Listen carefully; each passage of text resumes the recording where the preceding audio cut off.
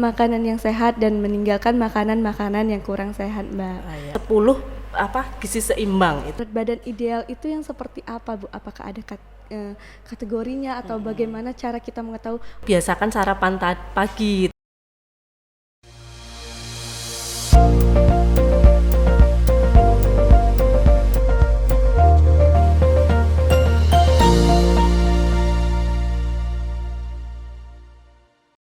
Oke, Bisa Mbak. secara langsung atau tidak langsung. Oh iya. Nah, terus kemudian nih, apakah ada tips nih, Mbak, untuk kita agar kita termotivasi, terbiasa untuk mengonsumsi makanan yang sehat dan meninggalkan makanan-makanan yang kurang sehat, Mbak? Ya, benar ya. Ini menurut ada namanya gizi seimbang ya. Kalau itu ada, kita nanti ada juga namanya 10 gizi seimbang itu berdasarkan ada PMK nomor 41 tentang pedoman gizi seimbang. Itu ada 10 pedoman gizi seimbang. Terus yang dimaksud gizi seimbang dulu itu apa gitu kan, yaitu susunan pangan sehari-hari yang mengandung zat gizi yang sesuai dengan kebutuhan tubuh ya, jadi tidak berlebihan atau tidak kurang, jadi sudah sesuai dengan kebutuhan tubuh. Dan apa saja sih 10 gizi seimbang itu? Yang pertama, biasakan mengkonsumsi aneka ragam makanan pokok ya. Makanan pokok kita itu sebenarnya banyak, tapi yang sering kita konsumsi yaitu nasi kan paling sering ya kita konsumsi, padahal itu ada misal roti atau kentang atau singkong, terus umbi-umbian itu juga sumber makanan pokok. Terus itu bisa kita dalam sekali makan diusahakan atau dalam sehari diusahakan untuk beraneka ragam untuk tadi makanan pokoknya. Jadi misal ini yang sekarang itu misal kayak di boga itu dalam pengembangan produk boga gitu bisa, atau mie atau roti itu dicampur dengan tepung singkong dengan tepung terigu seperti itu, atau mungkin roti gulung diisi pisang gitu kan, ada 2 macam makanan pokok. Terus bisa juga dengan singkong goreng keju dan seperti itu. Jadi beraneka ragam makanan. Itu yang pertama ya untuk prinsipnya. Yang kedua, batasi konsumsi tadi gula, garam dan lemak ya. Itu tadi untuk dianjurkan untuk konsumsi garam, untuk konsumsi gula tidak lebih dari 4 sendok makan sehari gitu ya. Untuk konsumsi garam tidak lebih dari 1 sendok teh sehari, dan untuk konsumsi lemak tidak lebih dari 5 sendok makan sehari gitu. Jadi itu aturan untuk per hari per orang seperti itu ya, untuk itu anjurannya. Terus yang ketiga, lakukan aktivitas fisik dan pertahankan berat badan ideal gitu. Aktivitas fisik itu aktivitas setiap gerakan tubuh kita yang mengeluarkan energi atau membakar kalori. Contohnya bisa berjalan atau mungkin menyapu, terus mengepel mungkin kalau kita ibu-ibu rumah tangga itu. Terus itu dianjurkan untuk kegiatan aktivitas fisik itu sehari itu 30 menit maksimal 30 menit, atau dalam seminggu itu sampai 3 sampai 5 kali kita untuk beraktivitas fisik ya. Dan pertahankan juga berat badan ideal biar tidak jadi obesitas atau penyakit memicu, nanti kalau obesitas bisa memicu untuk penyakit degeneratif lainnya. Nih Bu, bentar ya Bu. Kayak ada nih pertanyaan tentang tadi bagaimana menjaga berat badan ideal. Nah, berat badan ideal itu yang seperti apa, Bu? Apakah ada kategorinya atau bagaimana cara kita mengetahui berat badan saya udah ideal nih, berat badan saya udah ideal belum gitu, Bu? Ya, kalau berat badan itu kalau untuk orang dewasa kita mau makanya ukurannya IMT, indeks massa tubuh, di mana itu dibandingkan antara berat badan dengan tinggi badan kita. Ya, itu normalnya antara normal 18,5 sampai 25 itu kilogram per berat badan kubik gitu, itu per meter persegi gitu, seperti itu ya.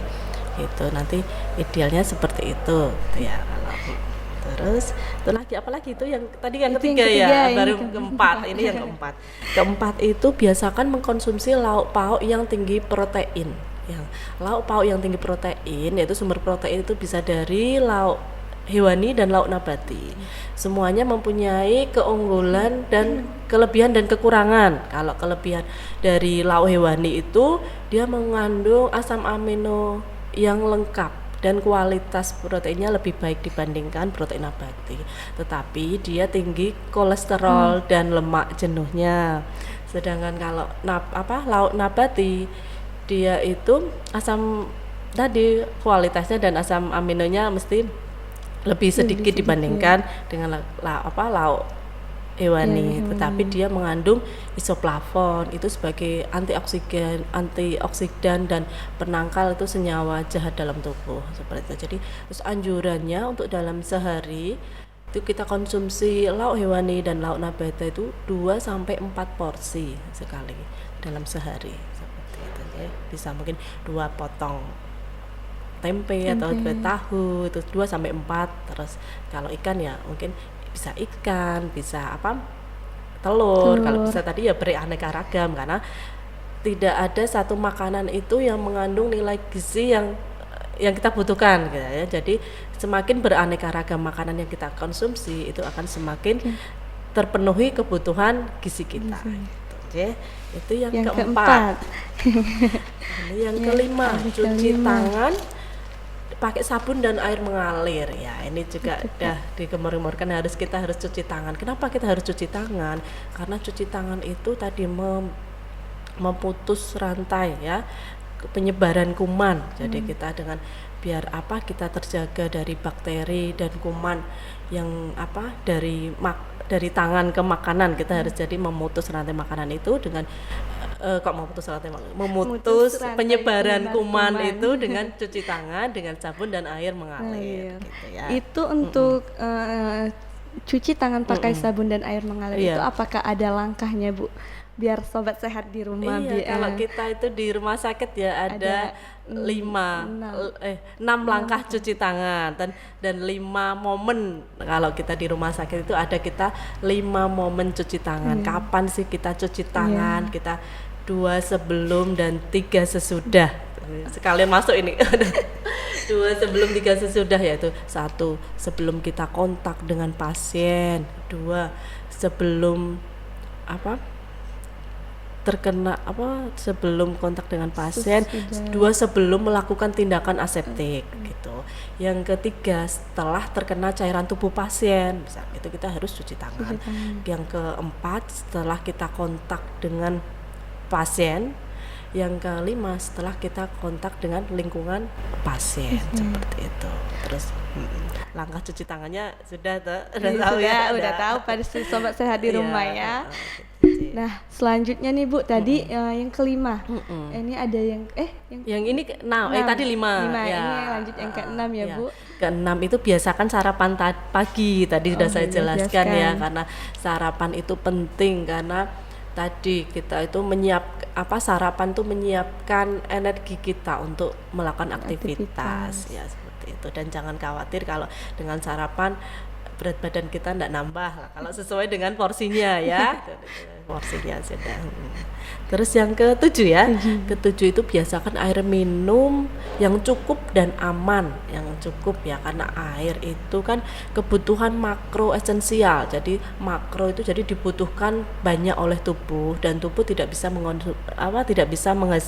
memenuhi sendiri. Jadi kita perlukan dari makanan dan minuman untuk kebutuhan itu. Terus anjuran untuk minuman, untuk air, kebutuhan air sehari itu untuk orang dewasa itu 2 liter atau setara dengan 8 gelas per hari gitu. Terus yang dikatakan aman itu apa? Yaitu air yang tadi yang mungkin yang bersih, bebas dari kuman dan bakteri yang lain.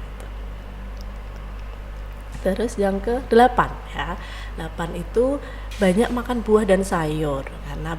Karena itu hasil penelitian kalau orang Indonesia itu masih sedikit konsumsi sayurnya. Jadi kita hanya kayaknya 10% gitu. Ada itu 10% yang baru mengkonsumsi sayur dan buah itu sesuai dengan kebutuhan ya gitu. Padahal sayur, buah itu mengandung vitamin, mineral dan serat yang baik. Dan itu hasil uji itu dengan sayuran dan buah-buahan itu bagus untuk menjaga kenormalan tekanan darah, terus gula darah seperti itu.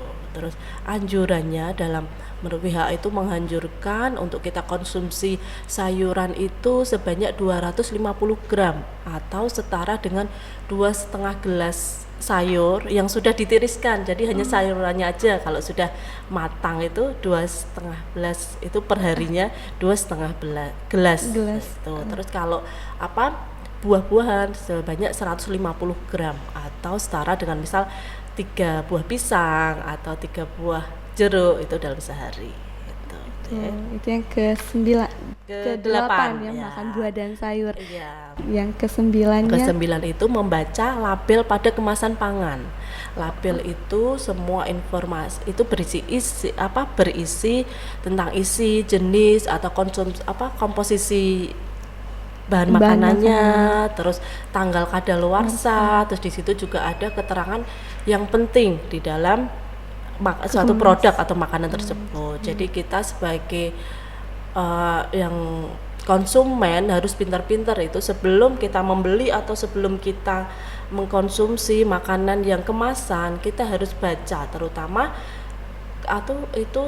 tanggal kadaluarsa dan zat gizinya aja, nanti kan biar tahu kalau ini orangnya misal ada hipertensi, berarti yang harus dibaca yang jeli itu apa, mungkin kandungan natriumnya harus berapa. Terus kalau misal ada orang yang diabetes itu kadar gulanya itu seberapa, itu harus kita sebagai konsumen yang cerdas ya, bisa itu dengan membaca label kemasan ya, produk kemasan seperti itu. Yang ini yang 10 ini yang terakhir ini ya, Sobat Sehat. Ya, syukuri dan nikmati aneka ragam makanan ya. Tadi kan kenapa kita harus makan makanan yang beraneka ragam, karena tidak ada satu makanan itu yang mempunyai nilai gizi yang lengkap gitu aja. Jadi semakin beragam makanan yang kita konsumsi itu akan semakin baik dan bisa memenuhi kebutuhan zat gizi kita. Terus dengan cara apa kita bersyukur? Dengan cara bersyukur, berdoa sebelum makan. Terus dengan cara menikmati, yaitu dengan cara makan tidak tergesa-gesa, dengan makan yang cara makan yang baik, biar makanan itu bisa dicerna, diserap oleh tubuh, jadi kan bisa maksimal gitu ya. Wah, ternyata nih udah 10 pedoman nih dari pedoman gizi seimbang ya Mbak. Wah, terima kasih banyak nih Mbak atas informasinya. Nih Sobat Sehat udah tahu bagaimana makanan yang sehat, makanan yang tidak sehat, dampak jika mengkonsumsi makanan yang tidak sehat, kemudian ada 10 pedoman gizi seimbang. Nih Sobat Sehat, itulah informasi dari kami. Terima kasih kepada Mbak Ayun atas waktunya. Sampai ketemu lagi di podcast selanjutnya ya Mbak. Terima kasih. Sekian ya Sobat Sehat, sampai jumpa di Orto Podcast.